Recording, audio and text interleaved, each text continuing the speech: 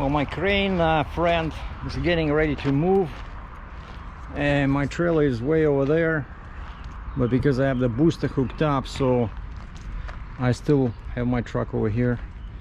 So my 36-inch flip box is still in one piece. Yeah, I've been trying to sell it. I cannot sell it, so I might as well keep it. So I make it as a bonus, you know, when it's time to sell the trailer and upgrade. And some people were asking why my trailer was on Kijiji online, and the only reason was that I was just, you know, kind of like testing the waters to see if there's any interest, so that I can switch to a more robust trailer with one more axle, which I was explaining before. That's what I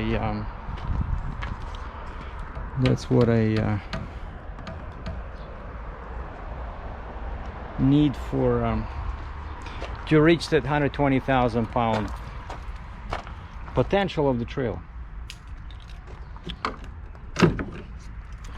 Anyway, today's video is a response to a friend of mine who's watching me from California, I believe, and he asked me to go over the stuff under the hood.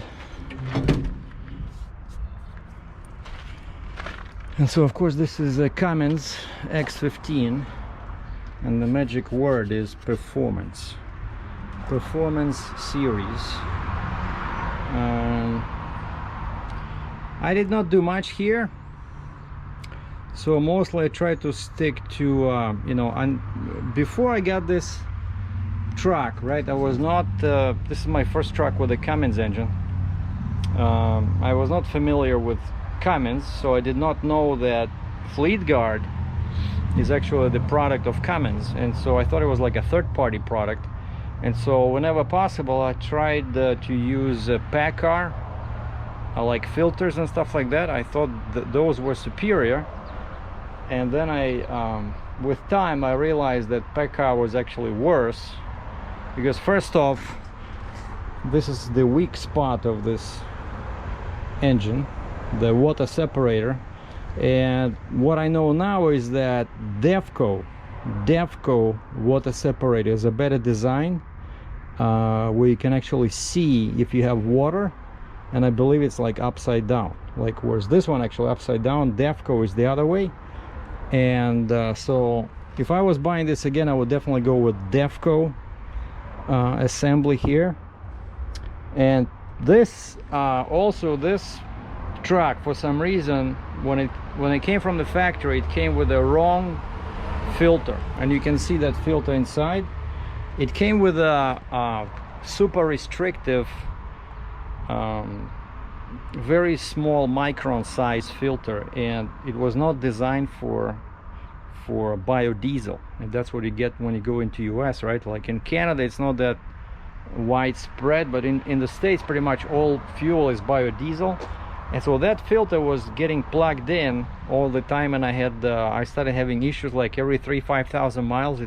My gauge was showing lots of restriction, and I started researching online, and that's when I found that actually the model number was wrong, and there's the proper one, and it's either PACCAR or there's a Fleet Guard. And so I found out what the proper ones were, and I'm gonna put on the screen. Like, this is what I created, this little file on my computer. And so each time when I do oil change or service, I double check. So these are the only filters that I'm using on my Cummins. So these are fuel filters and oil filters, and from now on I'm trying to stick to Fleet Guard filters, because they are the Cummins product designed for this engine, with PACCAR is the truck side, right? So so here's the proper filters. Now the original oil, you see over here, Dilo 400, or actually it looks like a Russian word Dielo, which is business or dела. Как дела? How are things? But I believe it's Dilo, right? So Dilo 400, which is like 10W30, I think it was. So during the summer I stick to whatever I can find, a regular basic cheap oil, but in winter I always switch to premium oil, which is this one. No, sorry, this one. That's the plan for the next winter, but until now I use this one. Yeah, 5W40 fully synthetic T6, Rotella T6, not T5 but T6, because it's 100% synthetic. You see it says extreme temperature, so the truck starts at -40. Well, I didn't test it till -40, but so this is what I use until now. And then I see sometimes you can get this. This is 0W40. This is even better. This is for, over there it says extreme, and this is super extreme temperature, you know. And I see them sometimes in pails, in buckets, so this way of course they're cheaper than buying these. But what I've been doing with my Mac and with this thing, so yeah, I started using this, but 5W40 on my Mac. And what I would do is I would, over here it's like 45, 46 bucks Canadian, whereas somebody suggested, and they were right, in the States it's like $21 US. And so when I had a Mac and it had a 13-liter engine, I would go in and I would buy like 11 of these. It was still cheaper than buying, you know, this expensive oil in Canada. Like for some reason it's like, you know, $21 US and 46 here. There's no way, even now, like the Canadian dollar is 1.36, so it's basically 136 Canadian for 100 US, but it's not 2 times, like 21 times 2 is 42, so it was even more than that. So for some reason Shell is super expensive. Now this one is antifreeze coolant. It's all extended life. That's what was before, and you see it's a red, so it's red in color. And I got this I don't care what the brand is, I just buy extended life, and it's red and it's pre-diluted, you know, pre-mixed. Yeah, I see 50-50 heavy duty pre-diluted. So sometimes yeah, this thing just fell off. Like the guy broke it when he was changing the fuses over there. He broke oh, on the receptacle. So now this does not go on. This is the cover, and so basically, yeah. So that's the coolant is red one. That's what was originally in the engine, and so that's my primary filter, which is also water separator. And in winter, actually in winter probably I do it every day, but in the summer I do it maybe once a week. I open that little tap in here and I drain the liquid from the bottom into a bottle or into a coffee mug, right? And that's my secondary filter, fuel filter, right? And I didn't touch the brake fluid. I just put regular stuff in this windshield washer. The filter, the air filter, it's a singular piece, because as you can see there's no air cleaners on this truck. I wish it had air cleaners, because then you get much more air. So there's nothing. So yeah, the only thing I changed was I switched the oil. Again, in winter only. Everything else is stock. One thing I can do, yeah, and basically when you have outside air cleaners, you have much more hardware here, right? Because there's much more piping. Piping goes from these air cleaners, and then instead of one standard factory. That's what was there. So basically now when I do oil change, if I see too much restriction on my air gauge inside the cab, it's a pretty expensive filter. I think it's like $100. So of course if you have outside air cleaners, that's the advantage, is your engine gets much more air, and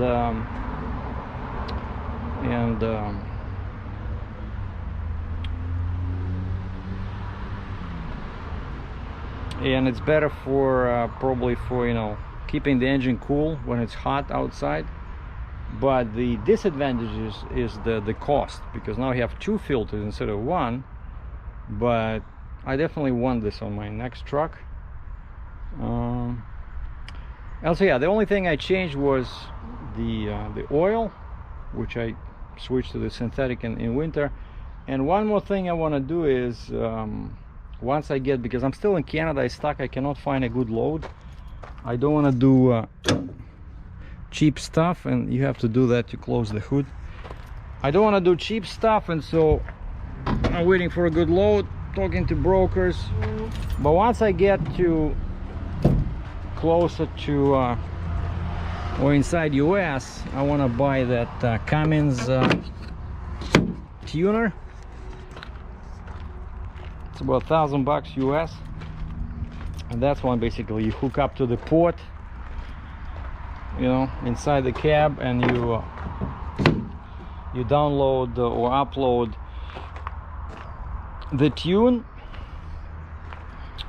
and then you can disconnect it. It doesn't have to be connected all the time. And so that gives you like this, I forgot, 3 positions.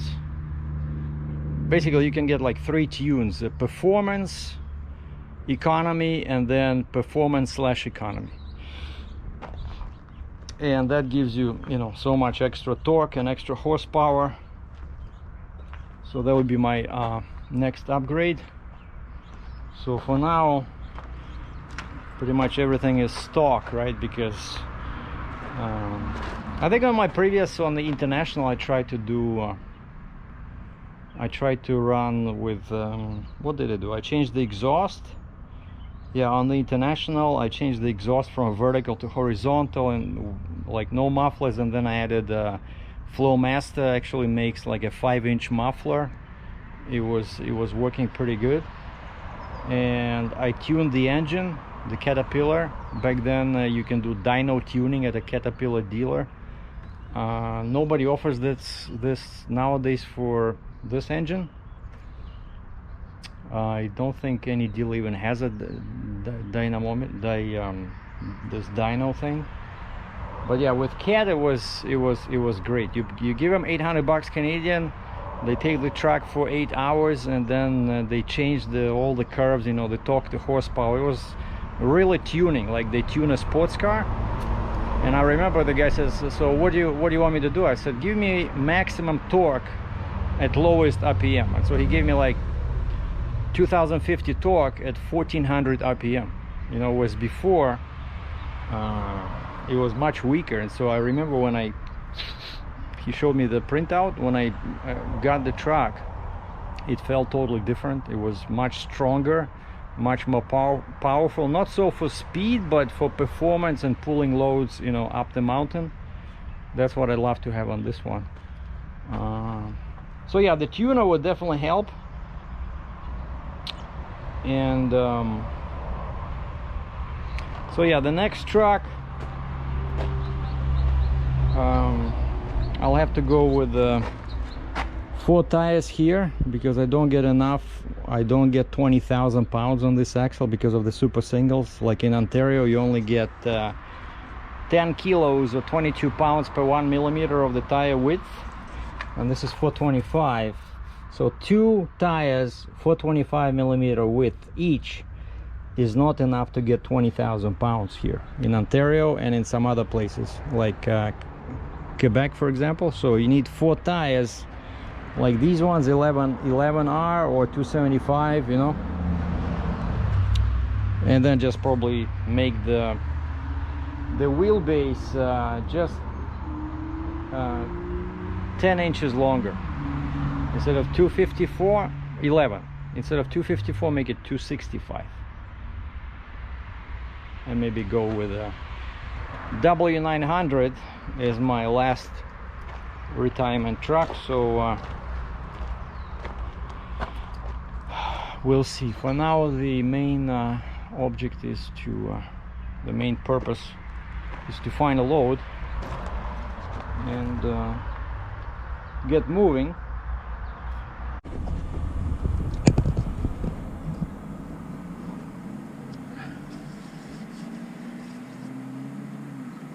Alright, so the tracking part of the video is over.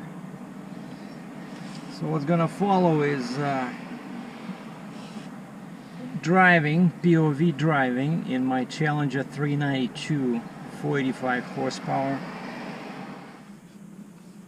So 45 horse, 470, or is it 475? Torque, hold on.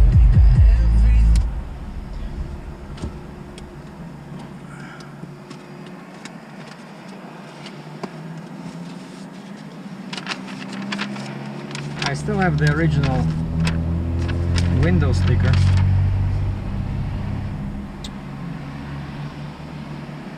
Base price 50,145.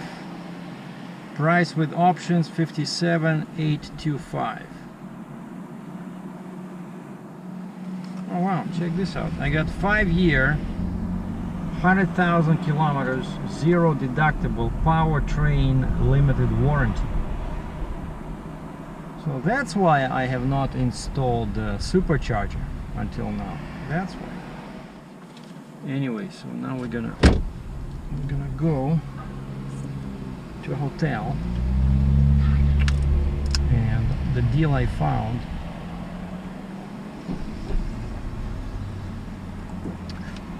is super special and it's super cheap. But this hotel is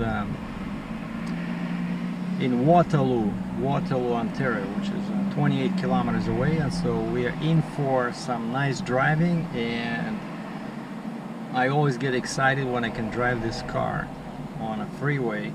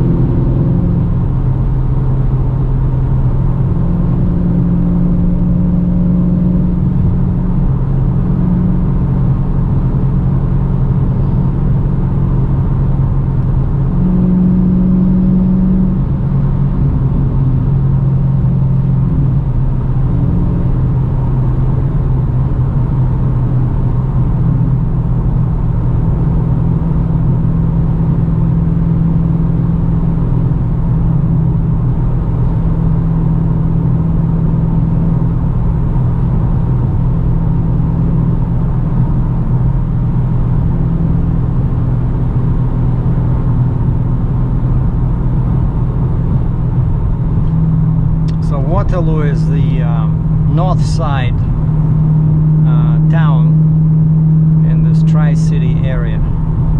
Like many places in the States are similar to this one. There's like three towns very close together. Cambridge, that I just left, and then Kitchener and Waterloo. Now Kitchener is a funny name, and it has nothing to do with kitchens, but basically this town was called Berlin before the World War II, and then because of the Nazis they decided to change the name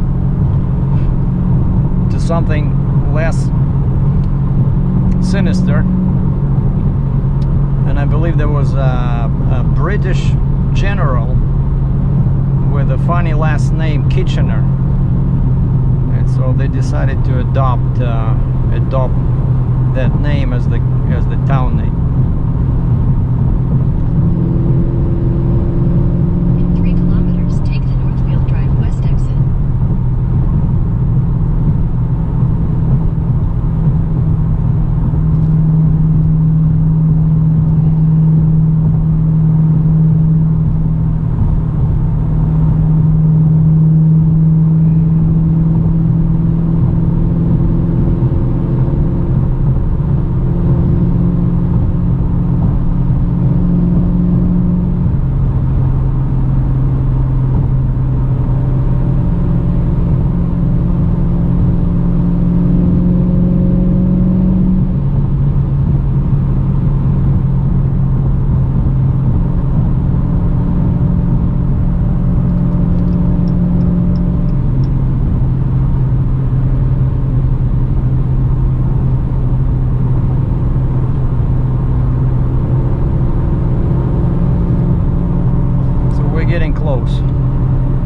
Yeah, my hotel is only 4 kilometers away, so somehow I felt it was much further away, much more further away. But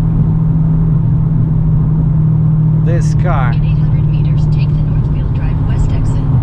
you know, it's such a pleasure to drive. You don't notice the distance at all.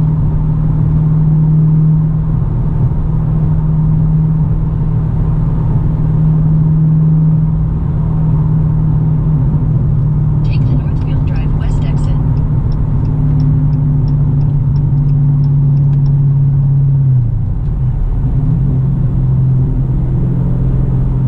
In 400 meters, merge onto Northfield Drive West.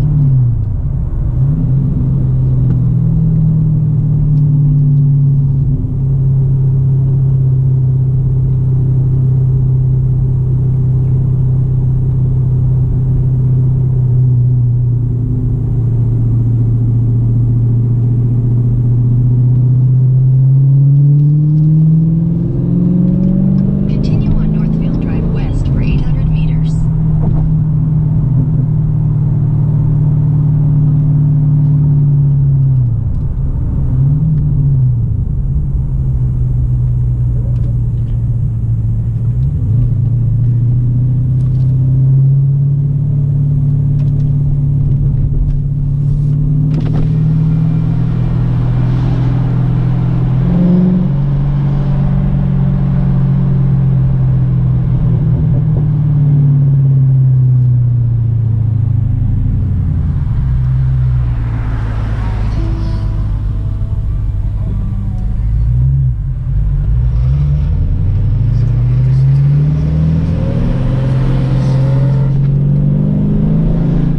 In 200 meters, turn right onto Weaver Street North. Oh, I think I gotta stop by this Shoppers Drug Mart. My hotel is somewhere right nearby, but we're gonna 200 meters, turn left onto Parkside Drive. stop the recording here because yeah, I want to buy something to eat for. 200 meters, turn left onto Parkside Drive. Head southwest toward Parkside Drive. Yeah. 200 meters, turn left onto Parkside Drive. Shut up.